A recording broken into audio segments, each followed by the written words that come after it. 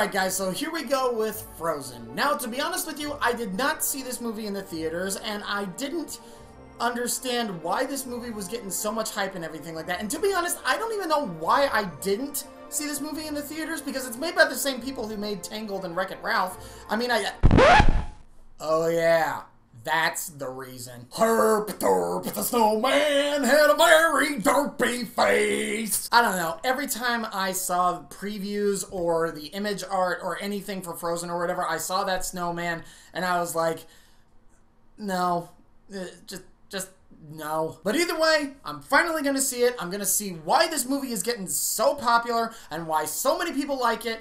Finally gonna do it. So, I'll be right back. I'm gonna go watch this movie. Wait. So, that's the movie that everybody's going crazy over right now? Really? I mean, don't get me wrong. It wasn't bad. It was good, but I mean, it's...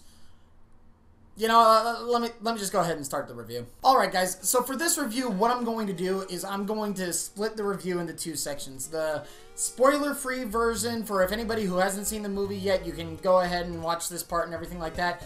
And then I'm going to get to the part for people who have seen the movie, and it's a gaping plot hole. There is a part of the movie that, frankly, it's like, I have an issue with, and it's a pretty big issue, but it would spoil a bunch of stuff for people who haven't seen the movie yet, so you'll be able to skip it once I get there. But let's go ahead and start off with the spoiler-free version of this review so far. So right off the bat, this movie takes place in some kind of a Nordic, German, Bavarian kind of town or whatever, and I gotta say, so far as the designs that they chose for not only like the clothes design, the building designs, and just everything in general, the movie looks great. I mean, you figure it was made by the same guys who made Wreck-It Ralph and Tangled and everything else like that, so of course this movie is gonna look good.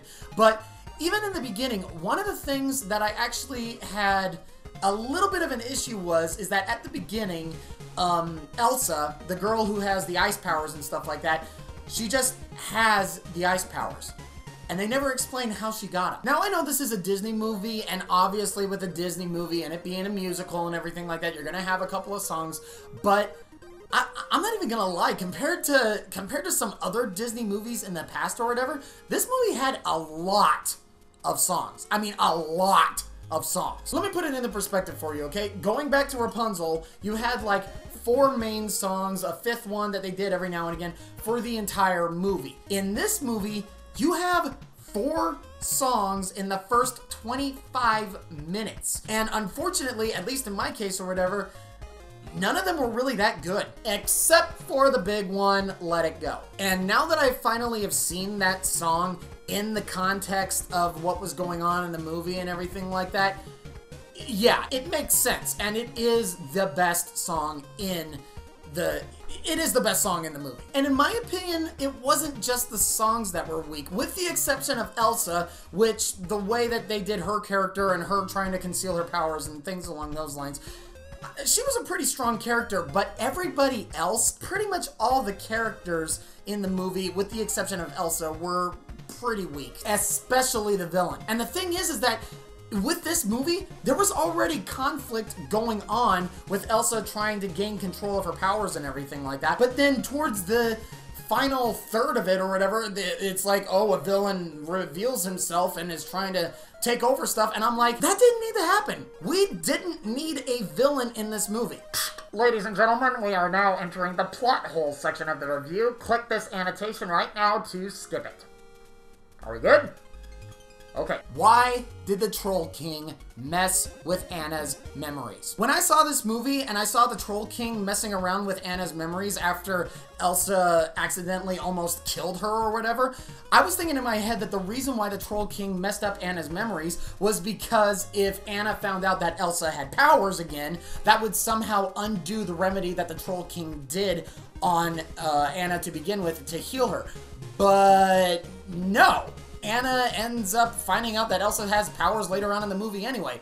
So why did the Troll King do that? But then the big thing happens. The big thing at the end happens, and this is why This is why the plot hole is so big for me when it comes to this. So during the movie, it's established that the reason why Elsa can't control her powers is because it's because of fear. She's afraid of what she could become. She's afraid of how strong her powers are and everything else like that. But in the later part of the movie, it's revealed that if she feels love, if Elsa feels that love connection between her sister, then she's able to control her powers because it heals a frozen heart. So let me get this straight.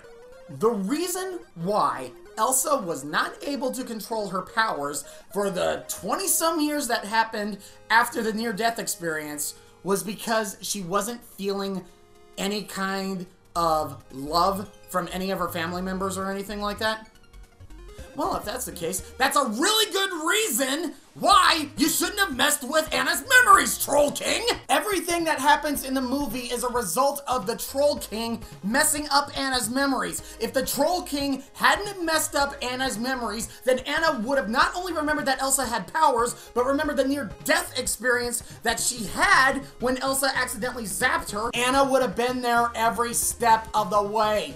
Elsa would have known that, Elsa would have realized that, and the whole connection between Anna and Elsa would have allowed Elsa to eventually control her powers because her sister would have been with there. So all that happens in this movie is a result of the Troll King being like, let's mess with her memories so that she doesn't know that she has powers or anything else along that line. Screw that guy! One thing I will say for the people who have seen the movie though, I don't want to spoil this because in my opinion this was probably the best part in the movie or whatever.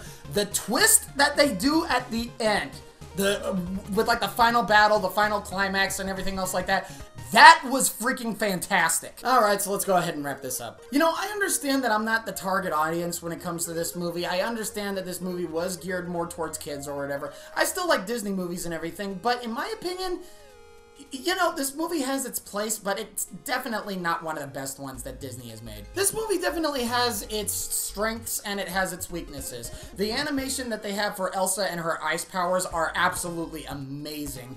The design that they have for both the characters and the town and everything like that are really good, and Let It Go is, you know, as good as a song as what you've heard on the radio and everywhere else or whatever.